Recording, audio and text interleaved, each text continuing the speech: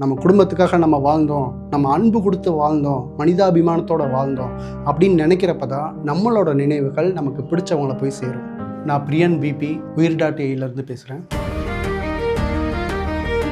ஃப்யூச்சரில் ஒரு மெமரி மியூசியமாக இந்த உயிர்.ஏ கண்டிப்பாக இருக்குன்றதில் நான் ரொம்பவே ஆர்வமாக இருக்கேன், ரொம்பவும் பெருமைப்படுறேன்.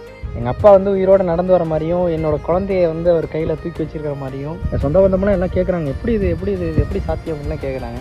நன்றி ப்ரோ. இந்த உலகத்தை விட்டு பிரிஞ்சு போன ஒவ்வொருத்தவங்களோட நினைவுகளையும் மரியாதையோட ஆவணப்படுத்துகிற முயற்சி தான் உயிர்.ஏஐ. பாப்பா எப்படி இருக்க? இன்னைக்கு உனக்கு பிறந்த நாள்ல என்னோட பேரனுக்கு என்னை பற்றி தெரியணும்னா என் மகன் அவனோட மகனுக்கு சொல்லியிருக்கணும். மனித மூளைகளுக்குள்ள இதை கடத்துறப்ப தான் நினைவுகள் வாழும். திருமண வாழ்த்துக்கள்மா.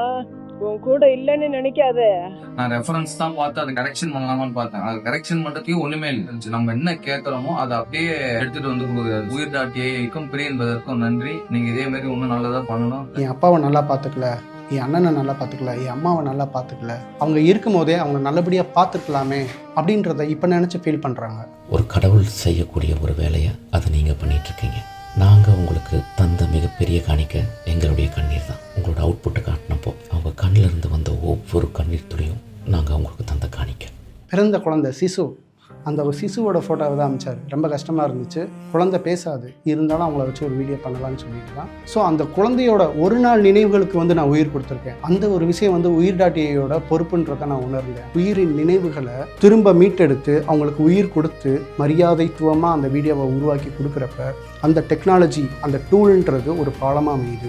இந்த உலகத்தை விட்டு போனவங்க அந்த வார்த்தைகளை பேசுகிறப்போ இவங்களோட வாழ்க்கையில் ஒரு இம்பேக்ட் ஏற்படுது. உயிர்.ஏஐ நீங்கள் மாமாவை தத்துருவமாக அது இப்போ சொல்லும் போது எனக்கு டியர்ஸ் ஆகுது. அப்படியே அழகாக வடிவமைச்சு ஒரு வீடியோவாக கொடுத்துருந்தாங்க. அவங்க என்ன மொழி பேசுகிறாங்க, என்ன ஸ்லாங் பேசுகிறாங்க, அவங்க எங்கே வாழ்ந்தாங்க, அவங்களோட குணாதிசயங்கள் என்ன, அவங்களுக்கும் அந்த குடும்பத்துக்குமான ரிலேஷன்ஷிப், அந்த உறவு முறைகள் என்ன, எல்லாத்தையும் அறிஞ்சு பண்ணுறப்போ அந்த வீடியோ உண்மையாக வரும், அழகாக வரும், தத்ரூபமாக வரும், யதார்த்தமாக வரும் அப்படின்ற நம்பிக்கையில் தான் இதை பண்ணுறேன். ஸோ ஃப்யூச்சரில் ஏஐ டெக்னாலஜியை மீறி எது வந்தாலும் அதையும் எடுத்து பண்ணோம் உயிர்.ஏஐ. ஏன்னா நம்மளுக்கு டெக்னாலஜி ஒரு டூல், பட் நினைவுகளுக்கு உயிர் கொடுக்குறோன்றது மிஷன்.